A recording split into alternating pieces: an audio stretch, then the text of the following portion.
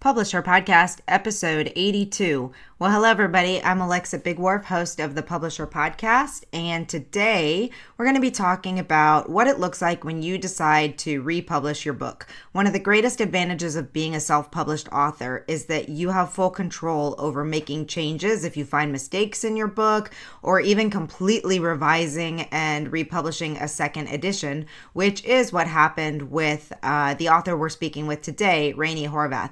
So basically, after some time, she realized that maybe her cover wasn't what it should be. Maybe there were some changes that needed to be made, or there were definitely some changes that need to be made in the manuscript. And she made the decision to completely republish her book. Pros and cons. The cons, obviously, when you publish a second edition, you lose all of the reviews that were associated with your first book. But the pro is that you get the opportunity to republish your book, do a relaunch, reset the stats, and make sure that the best version of your book is out there. So we'll be discussing all of the things that Rainy went through in making this decision and her process and more.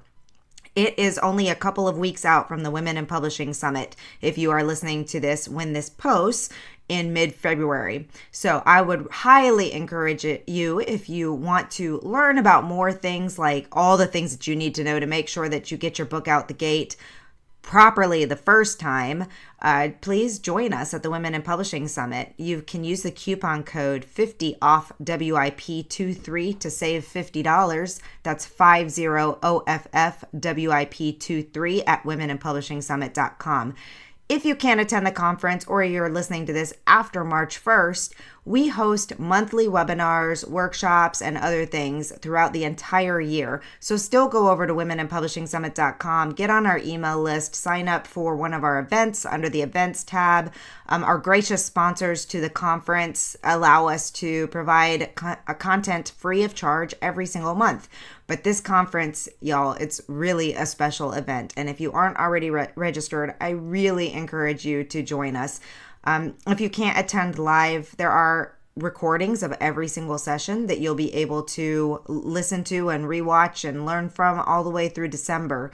So it's a win-win situation, and the content lineup is so incredible. You can see the schedule, the workshop descriptions, the speakers, the sponsors, all of those things. And do check out our sponsors. We've got some really great offers from our sponsors this year to save you money in companies like PubSite, which is a website platform for authors, and Grace Point Publishing, a publisher for transformational nonfiction, a hard word to say, but a great thing to write.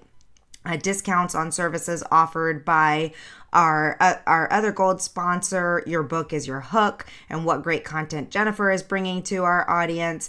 We've got Pro Writing Aid and Lulu and Book Baby and AutoCrit and so many other great sponsors, Bubblish. So be sure to check out all of those and their special offers. Again, womeninpublishingsummit.com. Okay, enjoy the show.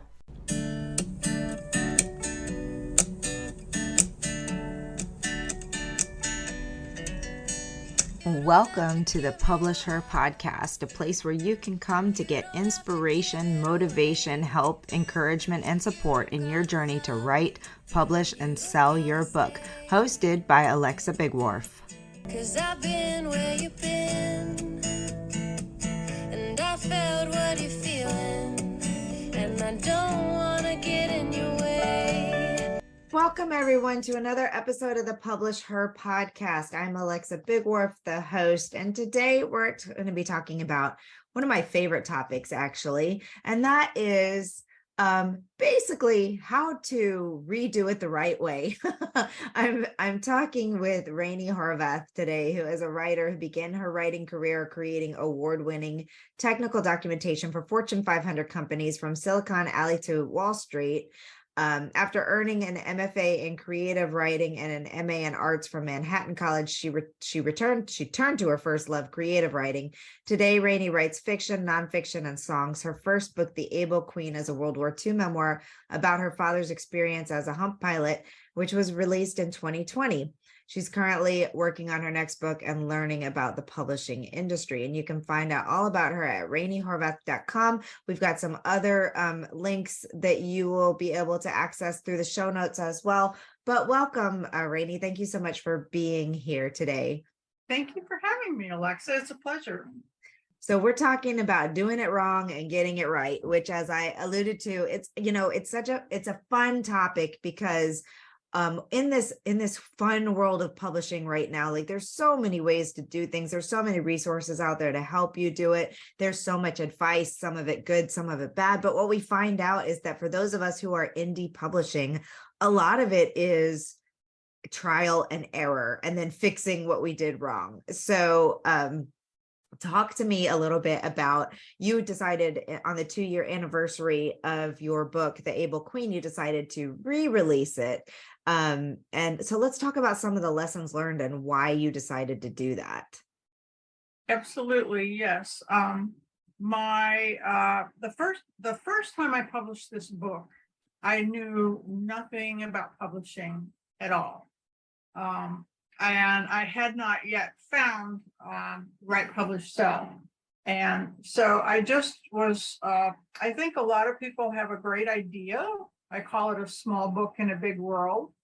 And they just want to get it out there. You know, they're passionate. And I guess one thing that is discouraging about the publishing industry is the amount of time involved from start to finish.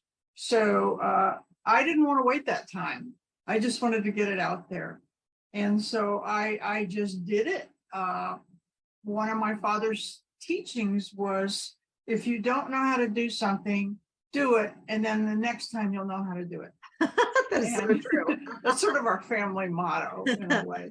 And so I did publish the book, and I was very proud of it until some reviews started coming up on Amazon that were less than flattering and very hurtful, you know, because when you publish a book, it's like your baby, and it matters more than anything. So, you know, I had two choices: to take the book down and forget about it, or to fix it. And I decided, with Alexa's help and Write, Publish, Sell's help, to do it right. Yeah. And I mean, that in itself is a very brave thing to do. But I think, I mean, obviously we think it was the right thing. I think one of the biggest mistakes from my perspective that I see, and that we often work with authors to fix, is around editing, really. And that was something that you had expressed. You were like, there were some things that I found, some mistakes I'd like to fix and all that kind of stuff. And it's interesting because we go through multiple rounds of editing, most of us, you know, and do all the things that we think the book is ready. We've had it read by beta readers. We've done all these things. And then to your point on time, I think sometimes we don't take just a little more time to maybe go to the next level. And would you say that that's the case, or am I putting words into? Oh, absolutely, that's the case. And in my case, I did none of those things because I didn't really know that you had to do them. And I guess I had the idea that good content is more important than good form. Oh. And I knew that the story was really, really good, and then it would be very well received. And I also, one thing that I shied away from editors is, this is very much a first person account. And my father was, you know, he was a simple man. And so his language was simple, but I felt it was historically important that it be accurate. And I had this idea that editors would just change my work. They would change it all and rewrite it, and it would like ruin sort of the way the book was. So I just said, oh, you know, I've got Word, and Word's got spell check, and that's good enough. And I'm here to tell you it's not good enough. So when I finally did work with an editor, now editors are my favorite people in the world. Yeah, I'm really glad to hear this, because you're not the first person that I've heard this from. A lot of people do say that they avoid going through an editor for this very purpose. They're afraid, or this very reason, they're afraid that their way of writing, their style, their word choices, all of that will get changed. But I think, as you just found through your experience, and I have definitely found through my experiences, is that the editing process, it doesn't change our style or our voice. However, it strengthens the writing, and it certainly, if nothing else, makes sure that all those grammar issues or spelling or punctuation or any of those things that readers notice, Yes, they do. and we'll point out very loudly and brashly, and it's just so important that those things don't wind up in the final version. So it is hard though for a lot of people to take that choice, to take that step and to move into that because of the fear of what's going to happen in editing. Just my own personal experience through my first novel, I thought, okay, that's not even true. When I sent it to developmental editing, I knew the book was a hot mess and I just really needed feedback on the story, getting it, like making sure the story and the characters were going. But once we finally made it into copy editing, like it was truly amazing to me how a good editor can take what you have and just take it to the next level of writing. So important. Absolutely, they really can. They also catch things that you didn't even think of, like Right. And my book is set in China, and there were just different spellings that I wasn't even aware I made, of city names or different. Maybe I called something one thing one place, and then 50 pages on, I called it another thing, and I wasn't even aware that I did that. So they really make you look professional. Yeah, that's great. And you used first editing, didn't you? I did use first editing, and they were just fantastic. Good. Well, just a shout out to them because they are a sponsor of the Women in Publishing Summit, and they do great work, and we've sent multiple clients through them, and I've been very pleased with all of their work. All right, so I want to go through some of the points that you sent over to me so that we can talk about some of the other specific mistakes and what happened, how you fixed it. So I thought it was interesting that you mentioned specifically that you actually do have an MFA. So you've been trained in creative writing, but interestingly, they don't teach anything about the publishing and marketing. No, they do How not. about that? They teach you very much about how to write a beautiful sentence and how to write a beautiful story and all the fine points of writing. But they sort of assume that you're going to get a publisher. And that they'll take care of everything. And, that's not always the case. Today, it's very hard to get a publisher. And even if you do get a publisher today, I have learned it's not the same as it used to be when we watch these movies, about Eat, Pray, Love or something like that. One of my favorite movies and books. But, everybody doesn't have an editor who lets them live in their house when they get in trouble and cares about them that much. And it's hard to even get an editor to look at your work today. So there it is. Now, one of the other big changes that you made was the cover. So when we put it through, we sent it through to our cover designer and said, let's make this look a little more, let's refresh this. What did you think about that process and what was your original cover like? Who did the original cover? Was it yours or did you have? I did the original cover. I thought I could do everything. And I knew a little Photoshop, and I had some pictures and I had a concept in my mind, an idea. And so I thought, well, I'll just put this together and it'll be fine. And it was okay, but it did look amateurish a bit. And then you sent it through to your people, and it's just beautiful. I just love it. I can't stop looking at it. I believe it was Michelle, right? Michelle Fairbanks. She just captured exactly my idea, my concept. She used all of the elements we talked about and came up with a few of her own. And it totally transformed the book. Now I'm proud of my book to stand up against any book. That's awesome.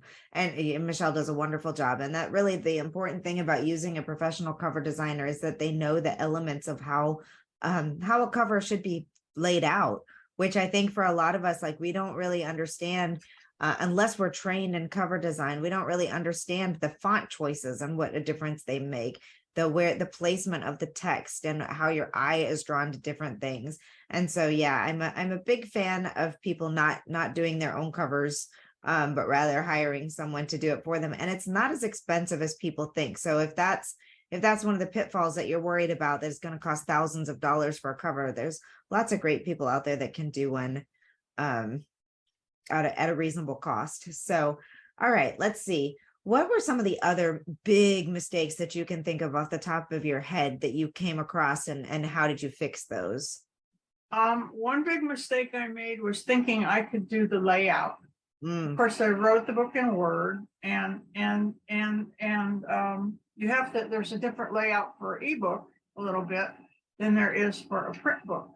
And it was a lot harder than I thought to give it a professional layout. I had some footnotes in there, I had photographs, and it wasn't professional the way I did it. It was like someone who knows Word trying to figure out how to lay something out. At first, I tried to use Quark Express, uh-huh. and it just didn't work. So I would say definitely don't try and do your own layout unless if you have a very simple book. I think maybe there are some tools out there you can use. But if the book is complicated, I had a large bibliography and credits and things like that. I had pictures. I wanted to have a section showing all my father's medals. And so it's not as easy as it looks. Right, I would definitely agree. And to your point, yeah, if it's like a fiction book that doesn't have anything extra in it, you can use some of the tools like Vellum and some other things that are really great. But I agree with you. As soon as you start getting into anything complicated, it's just best to hire somebody who knows how to do this, unless you're really patient and have a lot of time and know how to use InDesign and are willing to take the time to I do that. tried, I But failed. I would say another big mistake I made, and I actually didn't know this. I didn't know anything about publishing. I didn't build an audience first. Mhm. I didn't, I knew who my niche was. I knew it was fans of World War II books, which there are a lot out there. And I just thought, oh, I'll put it out there and they'll see it and they'll read it. But I've now learned how important it is to build your audience before you publish your book and Right. start a following. And so that was another big thing I did wrong and had to correct.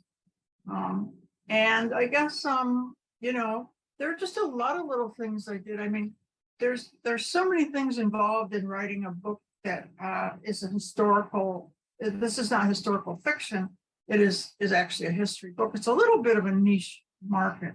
So I guess maybe if I understood the niche market a little better, then I would have known better how to approach it and find potential readers and get support.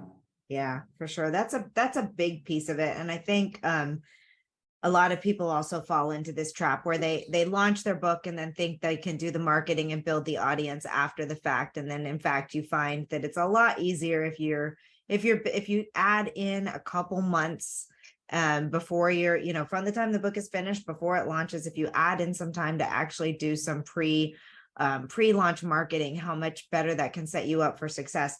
At the end of the day, it's still really, really hard. And no matter what you do on the front end, you still have to continue marketing on the back end. And I think that was one of the cool things, though, about you deciding to re-release the book, making those changes and re-releasing, is that it gave you a really good opportunity and around the 2-year anniversary to do another big push and some marketing there. Did you see any results from that, or did you? Oh, very much so. Yes, my sales have been very good. Good. And because this is a small book in a big world, a niche book about sort of an obscure topic, World War II in China, I didn't know how many people would read it, but it's amazing. It's amazing how much it got distributed and how popular it was after I re-released it. That's I great. guess it's the before and after, well, maybe somebody wouldn't pick up an amateur looking book, but somebody would pick up a professional looking. It makes a big difference. It makes a really big difference. And I know one of the things you were worried about was losing the good reviews that came along, but it also was like, well, we're getting rid of the negative reviews from the people who caught your mistakes and did things like that. But I think it's worth noting to people, and yours is the second book that we did a re-release on last year. Another fiction author was having wanted to revamp quite a bit on the inside of her book, and she republished her book, and same thing, like she had a much bigger response to the second book once it had a cover that was more in line with the genre, once she had made those changes and can do all of those things. Plus she'd built up a little bit of an audience by then. So for anyone who's scared of doing a re-release and making changes because of those things, I would say don't be scared and go for it. I think you just have to believe in your book, believe that this book is worth it, and that you want to give it another chance. Everybody deserves a second chance, right? Absolutely. Well, I want to selfishly ask you a question about, you mentioned that things changed for you after you attended the Women in Publishing Summit, in your realization that you knew nothing about what you were doing. So talk a little bit about that, especially with the conference coming up soon. Maybe you can share why that made such a big difference to you. Well, it was probably it changed my life. I'm not kidding you. Wow. It didn't just make my book better. The conference changed my life. I'm now very interested in publishing. And I had no idea what a complex and intricate practice or study or business or whatever you want to call it, self-publishing is, or indie publishing today. And I learned everything I know now. I've learned at the conference, the summit, and then later there were additional classes that you offered, and I took all of them.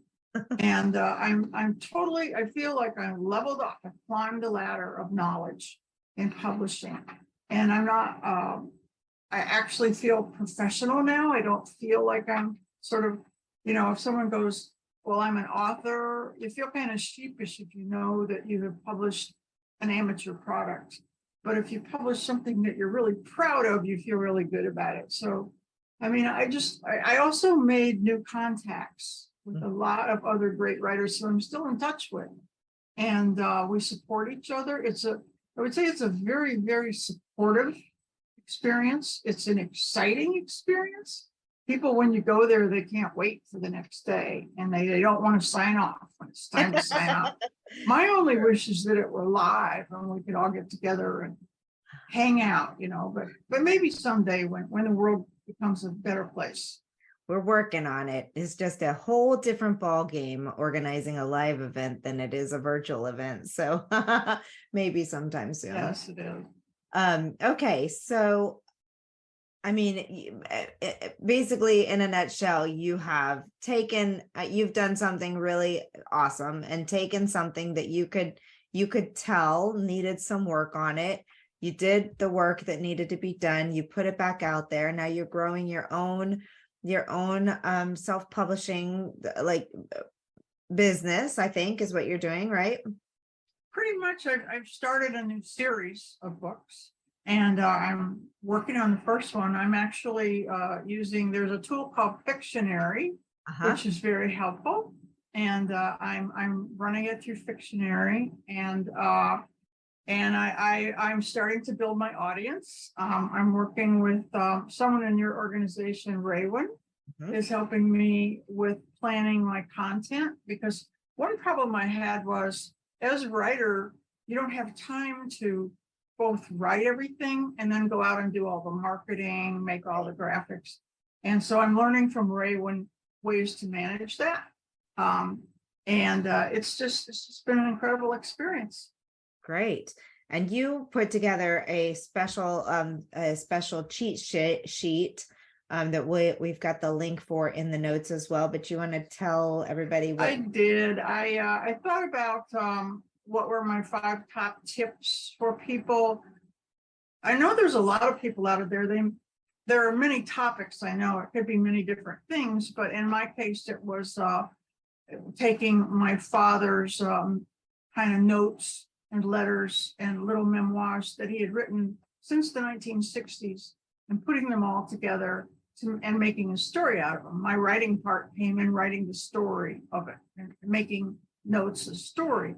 And I think that there's probably a lot of people out there like that now. Maybe I see a lot of people talking about it, or other things, wherever your book is, there's 5 really tips. And I'd say the first one is find your niche. find out who's going to read this book. Because another tip is then you're going to go out and find those people and amplify your message and market to them. Another really important thing is find the story. You can't, story is everything. Neuroscience teaches us that when a person hears a story, whether it's they read it or whether someone tells it to them, their brain fires off neurons, and in their mind, they're recreating the story. They're actually seeing it happen, okay?